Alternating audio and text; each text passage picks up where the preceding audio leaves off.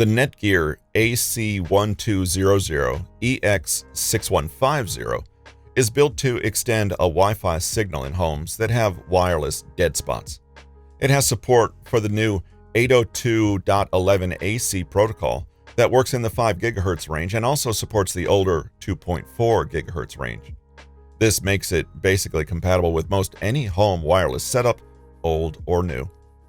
When you compare the Netgear EX6150V2 to other Wi-Fi range extenders, it seems pretty much the same as any other AC1200 wall plug extender.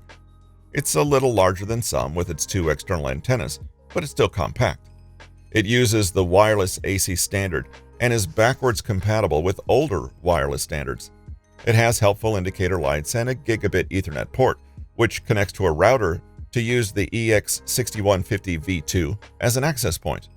It can boost both the 2.4 GHz and 5 GHz wireless frequency bands. The white and silver EX6120 measures just 2.6 by 2.1 by 1.6 inches, although its 2 aimable antennas extend 4 inches. These can't be replaced. Minuscule compared to its overgrown cousin, the Netgear Nighthawk X6S, the EX6120 has a 2-prong plug that goes right into an AC outlet and doesn't block adjacent outlets. It lacks a pass-through AC outlet.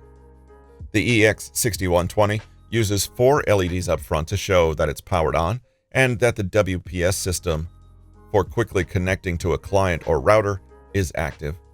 This extender lacks a multi-light signal strength meter, but the router and device lights glow green when the links are strong, orange when they're weak, and red when they're poor. On the side are buttons for using WPS to connect and to turn the device on and off.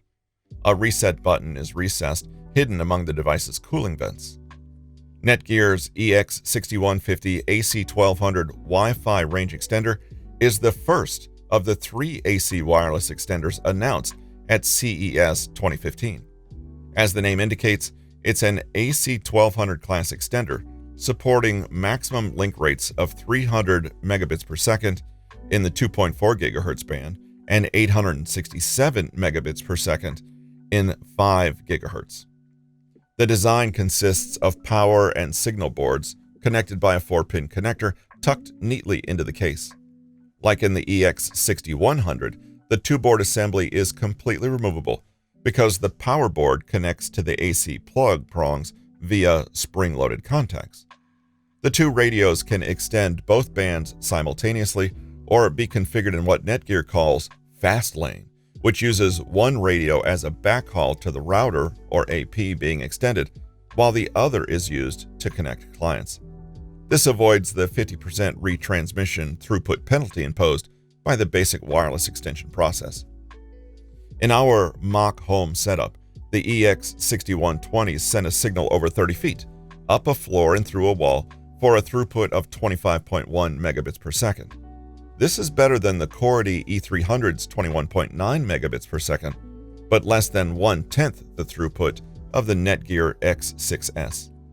Later at my house, the EX6120 was able to push a Wi-Fi signal to my outdoor porch 50 feet away, with 43 megabits per second of Wi-Fi data available. That was okay for 4K video and music. Overall, this extender had a range of 90 feet and ran for 24 hours, although I did need to restart it once to reestablish its 5 GHz connection with my router. The system used 3.1 watts of power and only got warm to the touch. Based on its ability to theoretically move 300 megabits per second in the 2.4 GHz band, the EX6120 has a maximum throughput of 867 megabits per second in the 5 GHz band. It carries an AC1200 rating.